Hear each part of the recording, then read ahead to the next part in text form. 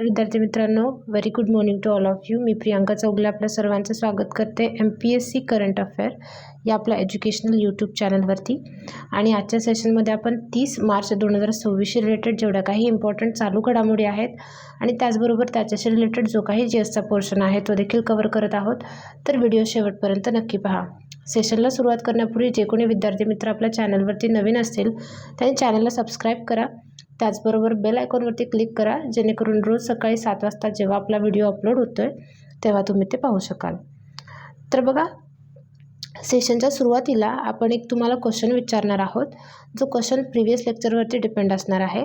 आणि त्या क्वेश्चनचा योग्य आन्सर जे तुम्हाला वाटत असेल किंवा त्याच्याशी रिलेटेड जो काही स्टॅटिक डाटा तुम्हाला आठवत असेल तर तो तुम्ही कमेंट बॉक्समध्ये टाईप करण्याचा किंवा लिहिण्याचा प्रयत्न करा, जेणेकरून ते क्वेश्चन तुम्हाला रिवाईज होतील आणि एक्झाममध्ये तुम्हाला ते माहिती किंवा तो क्वेश्चन जो आहे आला तर ते तुम्हाला हेल्पफुल ठरेल.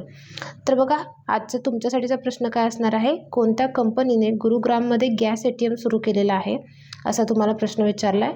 तर याचं जे काही योग्य उत्तर तुम्हाला वाटत असेल आणि त्याच्याबद्दलचा जो काही स्टॅटिक डाटा तुम्हाला आठवत असेल तो तुम्ही कमेंट बॉक्समध्ये मेन्शन करा. तर आजच्या सेशनमधला आपला पहिला क्वेश्चन काय ते पाहूयात. मार्च 2026मध्ये काकाडू सराव, ज्याला एक्सरसाइज काकाडू असं म्हणतात, तो कुठे सुरू झालेला आहे असा तुम्हाला प्रश्न विचारला आहे. तर या प्रश्नाचं तुमचं योग्य उत्तर काय असणार आहे, ऑस्ट्रेलिया या ठिकाणी. काकाडू हा सराव जो आहे तो ऑस्ट्रेलियन नौदलाद्वारे आयोजित एक प्रमुख बहुराष्ट्रीय सागरीय सराव आहे. ठीक आहे. आता इंडो पॅसिफिक क्षेत्रातील देशांमध्ये भागीदारी वाढवणं, त्याचबरोबर नौदल समन्वय मजबूत करणं या उद्देशाने हा जो सराव आहे तो दर 2 वर्षांनी आयोजित केला जातो.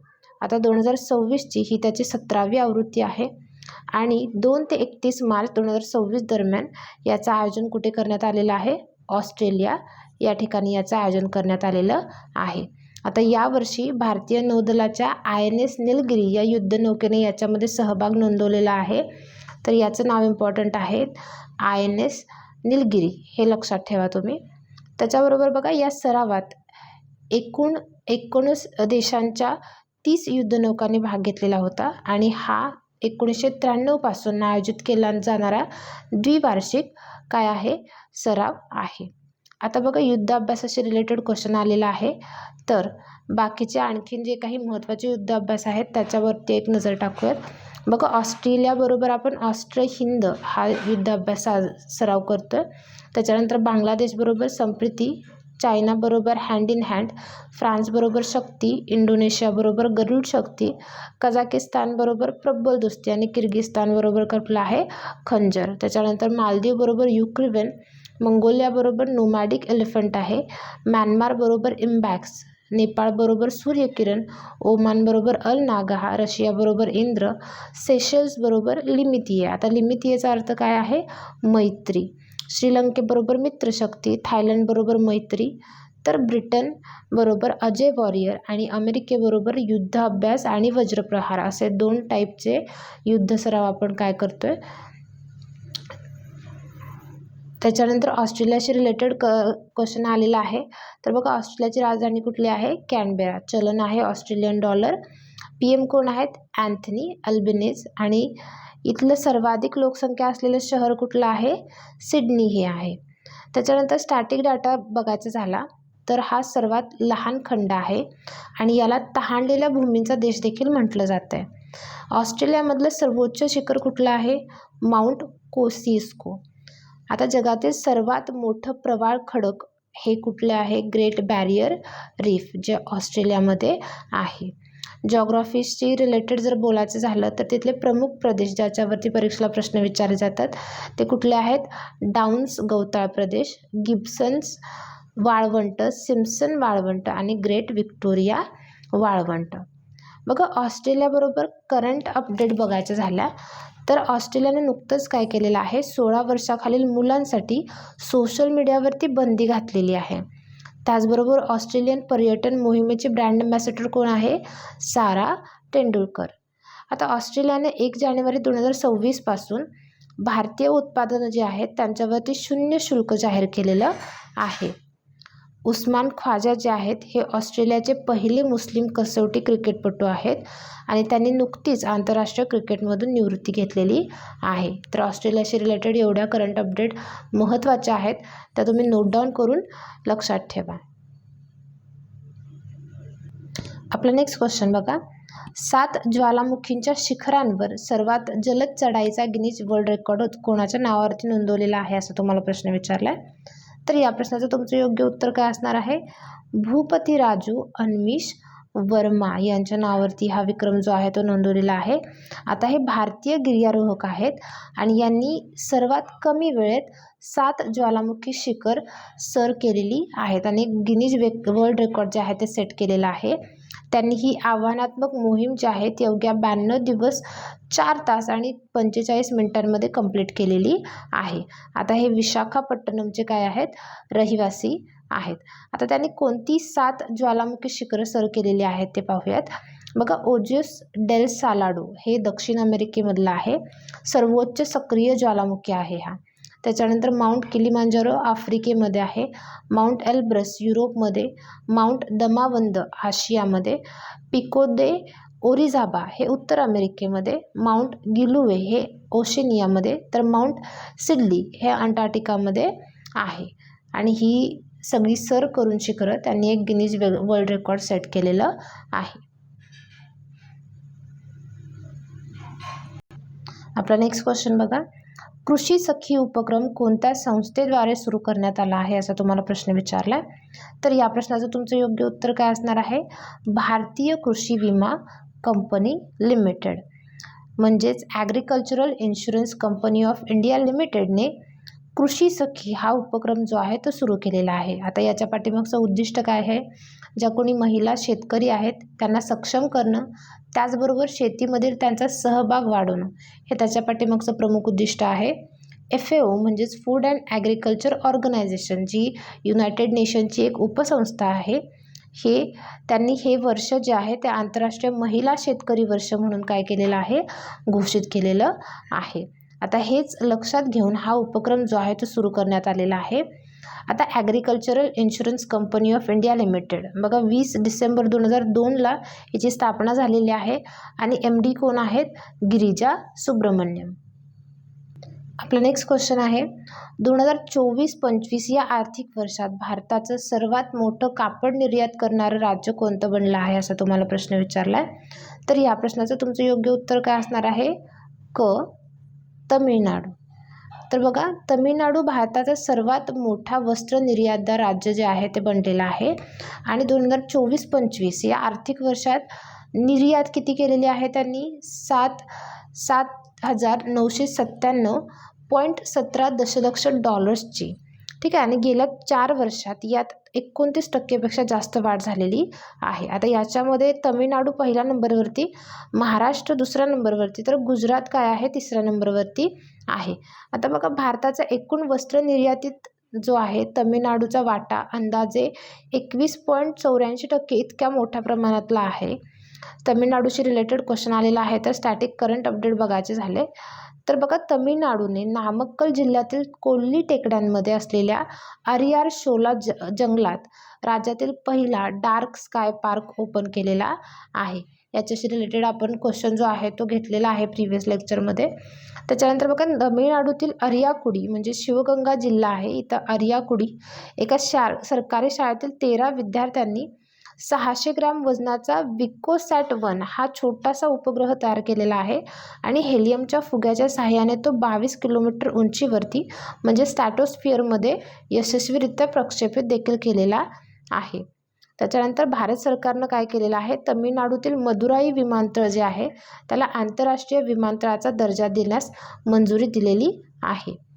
त्याचबरोबर आणखीन महत्त्वाचं बघायचं झालं तर डिजिटल ट्विन उपक्रम सुरू करणारं भारतातील पहिलं बंदर कोणतं असा जर तुम्हाला परीक्षेला प्रश्न आला तर त्याचं योग्य उत्तर काय असणार आहे? VO चिदंबरनार बंदर. हे कुठे आहे? तमिळनाडूमध्ये आहे. आणखीन एकदा आपण VO चिदंबरनार बंदरचा उल्लेख आपण बऱ्याच वेळेला आपल्या लेक्चरमध्ये केलेला आहे, कारण हे भारतातील पहिलं ड्रोन विरोधी म्हणजे अँटी ड्रोन सिस्टीम बसवणारं बंदर आहे. त्याच्यानंतर 2025 साठी 60वा ज्ञानपीठ पुरस्कार कोणाला मिळालेला आहे? आर वैरामुथू. ठीक आहे, आपल्या पुरस्कारांच्या लेक्चरमध्ये आपण हा डिटेलमध्ये कव्हर केलेला आहे. तर तो तुम्ही मिस केला असेल व्हिडिओ तर तुम्हाला डिस्क्रिप्शन बॉक्समध्ये लिंक दिलेले आहेत, तिथे जाऊन तुम्ही तो बघू शकताय. आता हे आर वैरामुथू कुठं आहेत, तामिळनाडूला बिलॉंग करतात. तामिळनाडूशी रिलेटेड क्वेश्चन आलेला आहे. तर बघा, राजधानी कुठली आहे, चेन्नई. CM MK स्टॅलिन आहेत. राज्यपाल RN रवी आहेत. लोकसभेमध्ये 39, राज्यसभेमध्ये 18 आणि विधानसभेमध्ये 234 सीट्स आहेत. तिथले महत्त्वाचे अणुऊर्जा प्रकल्प कुठले आहेत, कुडनकुलम आणि कल्पक्कम. आता सत्यमंगलम टायगर रिझर्व आहे, Mudumalai national park, Gundai national park, Annamalai national park आणि मुकुर्ती नॅशनल पार्क हे काही महत्त्वाचे नॅशनल पार्क आहेत तिथले. शास्त्रीय नृत्य कुठलं आहे तिथे प्रसिद्ध, भरतनाट्यम. आता तमिळ ही पहिली अशी भारतीय भाषा आहे जिला अभिजात भाषेचा दर्जा देण्यात आलेला आहे. त्याच्यानंतर तिथले महत्त्वाचे उत्सव आहेत जल्लीकट्टू आणि पोंगल. तर तमिळनाडूच्या किनाऱ्याला काय म्हणतात, कोरोमंडल किनारा. जसं महाराष्ट्राच्या आपल्याला जो किनारा लाभलेला आहे त्याला आपण कोकण किनारपट्टी म्हणतो, तसं तमिळनाडूच्या किनाऱ्याला कोरोमंडल किनारा असं म्हटलं जातं आहे.